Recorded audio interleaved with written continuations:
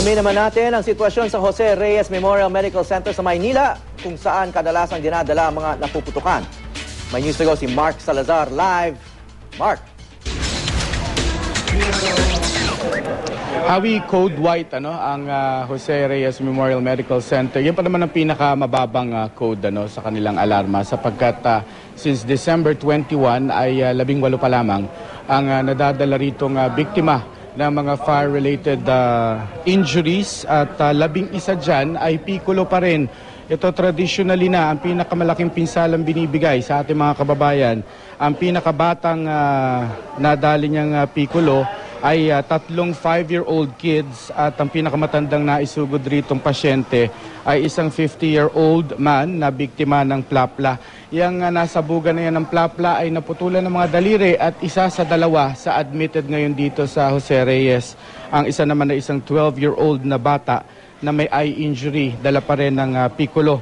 Alam mo, since 2006 hanggang 2011, Hawi, maganda pinapakita dahil pababa yung bilang ng mga nabibiktima pagka sumasalubong ng bagong taon at inaasahan daw nila na yan ay pababa pa rin hanggang matapos itong bagong taon.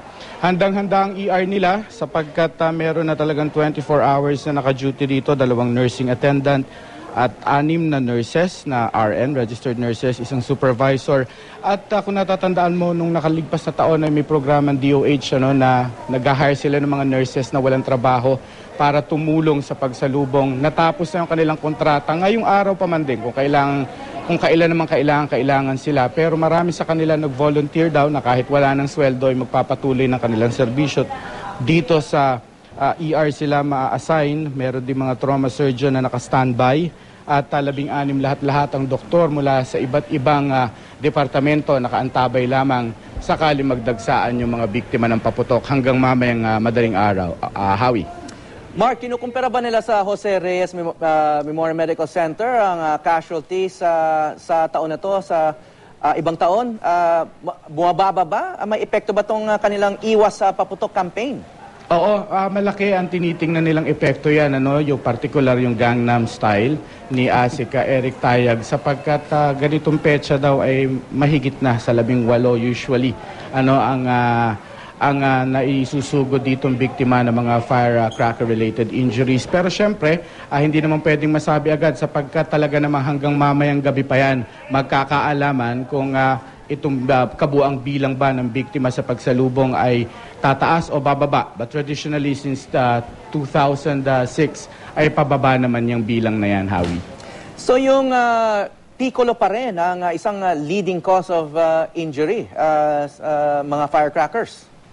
Oo, Piccolo pa rin at ang problema rito hindi naman siguro daw sa pagkukulang ng kampanya laban sa Piccolo dahil taon-taon ng kinakampanya yan kundi daw it's more of yung kapabayaan ng magulang kasi ang nabibiktima ng Piccolo ay mga bata na hindi naman aware pero nakakakuha ng Piccolo saan man, sa tindahan, sa sari-sari store at hindi sila nasusupervise ng kanilang mga magulang kaya nga yung 18 rito 11 dyan ay mga bata na biktima ng Piccolo.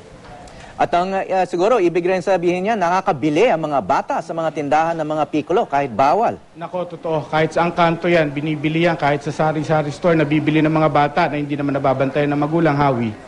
Okay, maraming salamat, Mark Salazar.